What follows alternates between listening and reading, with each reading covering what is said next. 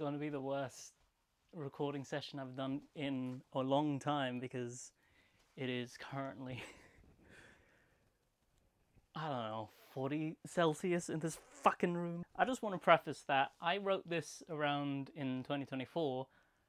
I am filming it a couple weeks before James Gunn's new Superman movie, and it's probably going to come out after James Gunn's new Superman movie because I am a lazy fuck. So I have a confession to make. When I was very young and had the media literacy of a mackerel, or the average Twitter user, I never really got Superman. I was one of those naysayers that believed he wasn't really interesting to watch or read. To me, heroes like Batman, Daredevil, or Constantine to a lesser extent were interesting because they strived to do what was right even when the odds were against them. And to see them succeed in spite of that was exhilarating. I mean, what were the stakes for the Man of Steel? Because at a cursory glance, he seems to be a god-powered Boy Scout with little to no flaws at all, and that is boring to some people. Over the years he's been in the media, his feats and triumphs seem to be getting greater and greater to the point that anything posing at a threat could be laughable. What stakes could there be where any stakes he could just flick away with a finger? More confusing to me at the time, there was a notion in a lot of comic circles that Superman is the most human superhero. And I scoffed, I tell you. Scoffed! What was more human than the actual humans? Huh? What was more human than the actual humans?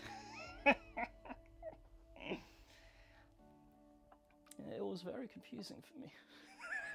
Why was he heralded as the hero of heroes? Why was this character standing the test of time? Why was Superman the man of tomorrow? Well, over time, reading some of his stories, watching some of his films, and enjoying a lot of his shows, I've come to understand a lot of his idiosyncratic aspects of the Kryptonian superhero. In doing so, I came to adore him, which is why I've come to celebrate those virtues in the first draft of Superman, Carrying On. A lot of people often focus on the power aspect of the character, which is understandable given the genre he comes from. Hell, his first appearance is from Action Comics. But because of this, they often forget about how Superman came to be, an adopted boy growing under the care of the Kents in a small town in Kansas, only becoming a hero later on in life. He is a human first. His beliefs and virtues are human. The reason he is Superman is because he is human. The idea that Superman is the most human superhero is not just an interpretation of the character, it's an aspiration. Yes, he can stop all armies and topple extra-dimensional deities, but he will always stop a mugging or help a cat down a tree. It's not the point that he has these powers, it's what he does with these powers. To make the impossible feel possible, to make you believe a man could fly. Superman is kind to a fault. He chooses to be kind, and he will choose to be kind again and again and again, and that is what makes this character so damn good. So with this in mind, to keep Superman stories interesting, it shouldn't be about how to make the next enemy tougher or stronger, though that is always enjoyable to watch. It shouldn't be about insurmountable odds, but complex odds, complicated odds, odds that make him question his morals and values, what he chooses to do and why he chooses to do it. I don't know why I started jumping. One of the best stories to do this is Superman, I believe, 775, What's So Funny About Truth, Justice, and the American Way, wherein Superman faces the elite, a group of superpowered individuals who have a more flexible moral standpoint on how to deal with villains, despots, terrorists, and the like, which puts into question, is Superman's way still effective in this day and age? It's an interesting topic because at the time of writing that comic, there was a lot of more pessimistic heroes, the dark and edgy types that would gladly kill their enemies. They thought the way that Superman was handling his enemies was childish and lame. So Superman showed them what it would be like if he let loose. And it was absolutely terrifying. and that was kind of the point. Because their way was the easy way out, the lazy way out. His way is a lot harder, but he still does it because he has to hold on to that hope that things will get better, that they have to. Because that is what he is fighting for. A chance to be better. For a better tomorrow. It is a very good and fascinating story that I implore you to check out if you can find it. Or you can check out Superman vs. the Elite, because I know a lot of you don't read. Oh, you can see gradually throughout the fucking video that I am dying in the seat. Another piece of media that inspired me was, controversially, the Man of Steel. Specifically where Superman snaps Zod's neck. Now, I know even mentioning this cinematic character assassination would give people migraines strong enough to knock down a horse. However, Superman being put in this position is admittedly quite interesting. I have lost you all, haven't I? Look, I know even thinking about the scene in a logical sense is really stupid. Like, if he's strong enough to snap his neck, why can't he just move his neck? Why can't he just fly him away? But breaking down the scene into more thematic elements, the heartache of actually taking a life, the weight of the guilt it carries, is fascinating. Now, I should preface that I am wholly against the idea of Superman taking a life at all, and even if he did, it should be in lieu of Batman, wherein if he took a life, or even attempted, he shouldn't be Batman anymore. But the moral choice and the consequences of that choice should be explored. This is where the issue of power set comes in. Like I said, the guy can basically kill a god by singing. You think he's going to be stopped by whatever convoluted dumbass situation I put him into? That doesn't stop me from trying, however. One more piece of Superman media that inspired this story is Superman Red and Blue, an absolutely beautiful anthology story that explores different facets of the Man of Steel in both simple and abstract ideas. It's an incredible book that I highly encourage you to check out, as it solidified me as a fan and made me appreciate the character a lot more. And I'm just gonna put it back there. Good God, that back sweat. I use this more of an idea of story structure. In the book, they're like snippets or vignettes into the life of Superman. So in the story, it's going to be more of a character exploration, similar to Spider-Man, don't mention it, in my last episode. It's going to be very dialogue heavy and action kept to a minimal, because if I do ever get the opportunity to make this, I am definitely not going to have the money to bring it to life. With that being said, and all those elements coalescing together into this story, this is my first draft of Superman. Carrying on. Be open on the newsflash, because that shit is great for foundational exposition. On the grey, stormy skies, a news reporter is on the scene of a bridge collapse. And there's a train hanging precariously off the edge, threatening to fall into the raging sea. Into sea. But what's this?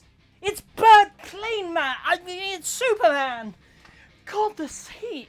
The news camera zooms in and tries to focus on the blue dot as it slowly but surely picks up the falling train. But oh no! The train, oh fuck, ow, ow. The train slowly falls apart as the rubble beneath it starts to collapse into the raging sea.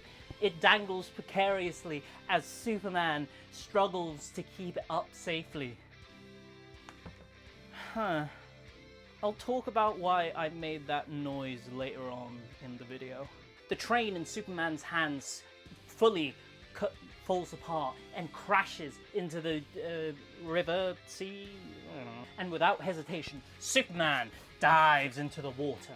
There's a lull of silence from the news reporter, from the people, even it seems the sky itself.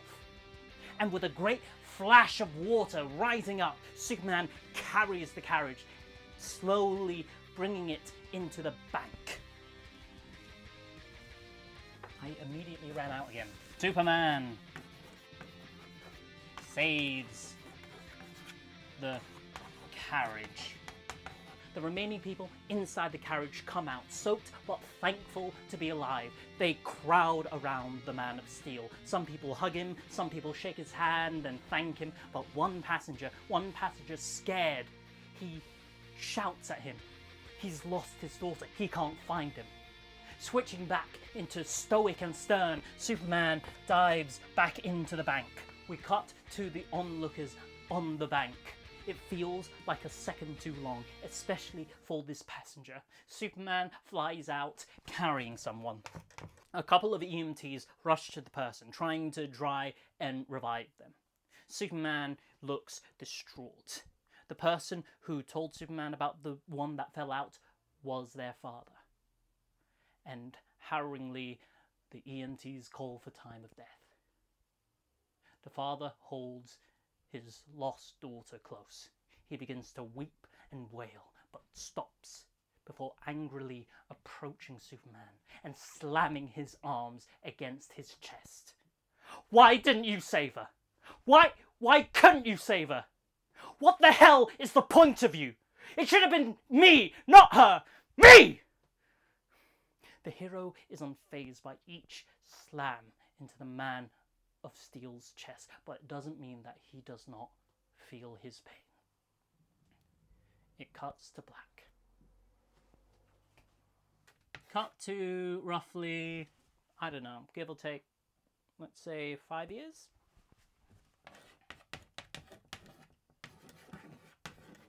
I might change it in the dialogue. Spoilers. A small memorial is made for the late daughter who died on that riverbank. Red boots touch the ground in front of it. Superman crouches and lays a bundle of flowers. He pauses in contemplation. However, someone distracts them with a throat cough. It's the father, holding the same kind of flower. There's a nearby bench that they take a seat at. There's an awkward silence before Superman breaks it. It's hard to explain via beats how I want this conversation to go, so I am just going to leave you with this. How long has it been? 3 years. I see. 3 years to be exact. That's why I'm here. I lay her favourite flowers on this site. Well, that's very kind of you. It's the least I could do. You know, I hated you for so long. I can understand why. Yeah. It wasn't fair. It never is. I meant blaming you. It wasn't your fault. It never was. You didn't know she fell out. You couldn't have known. When I screamed at you that my daughter fell out, you just went straight back in. You tried your damnedest. But it wasn't enough. No, it wasn't. We keep expecting you to do the impossible. You just make everything better, but we forget you can't. You simply can't. And I understand that. I really do. I've stopped trying to blame you, but there's still a part of me that's so angry.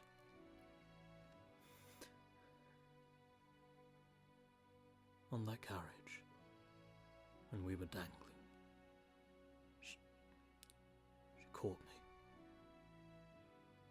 My daughter pulled me up and helped me to one of the chairs. But after we fell into the river, it was just so dark in that water. I tried to save her too. I just couldn't reach her in time. It took me so long to realise it wasn't your fault. It was mine. I could. Hey, shh. Don't you dare start. It was never your fault. You tried your damnedest just like I did mine. Because you're right. I always try to save everyone because it feels like I can. That I should. But I can't, and it frustrates me so much. Because sometimes I just lose. But I keep moving forward. That's why I keep carrying on. Why I come to these sites and memorials. To remind me of what I'm doing. To remind myself to fight harder. To make sure that there's one less death on my watch. To make sure a father like you shouldn't have to grieve for their daughter.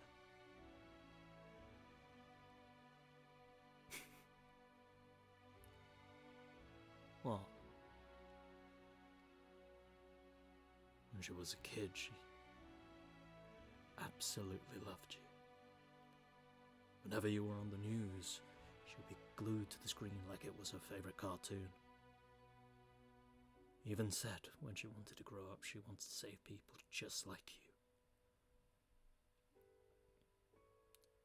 She ended up becoming a doctor. She did just that.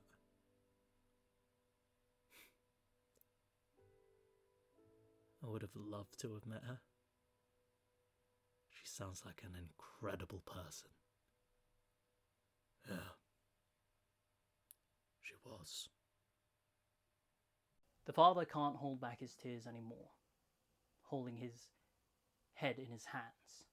Superman scooches over to comfort him. The father thanks him, and Superman gives a melancholic smile. His head perks up. His super hearing alerts him to some new distress. The father nods. Superman nods in return and flies off, with the father watching. I am a firm believer that you can make a Superman story as dark as you want, with the adage that Superman is a light in that darkness. He is a hope that never falters. He should be facing hardships with a smirk on his lips or chins held high, with a firm belief in his heart that he can do better, that he will do better. In a world that's full of cruelty and tragedy, that it's a world still fighting for. I think overall, I got what I wanted to say off my chest. That being said, I am still iffy on some issues here and there. Remember when I made that noise? No, not that one. Huh. Yeah, that one. It can be hard to make a situation where it feels like Superman has lost believably. And I tried to do that with that scenario. I just hope it conveyed a sense that it was a situation out of his control. There was a moment where I questioned if a train collapse was the best way to do it. In my head, it could have been a power plant explosion or a terrorist attack or something.